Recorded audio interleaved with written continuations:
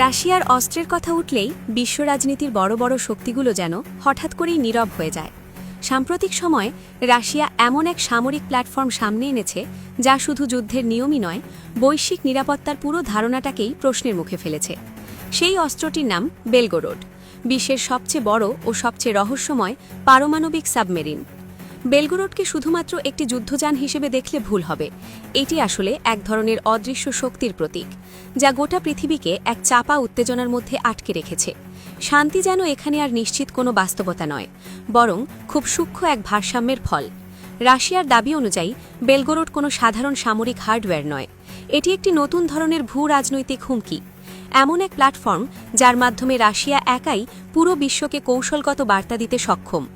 বলা হয়ে থাকে, এই সাবমেরিনের প্রযুক্তি এতটাই উন্নত যে যুক্তরাষ্ট্র বা চীনের মতো দেশগুলো একই মানের কিছু বানাতে চাইলে তাদের আরও অন্তত 1 দশক সময় লাগবে।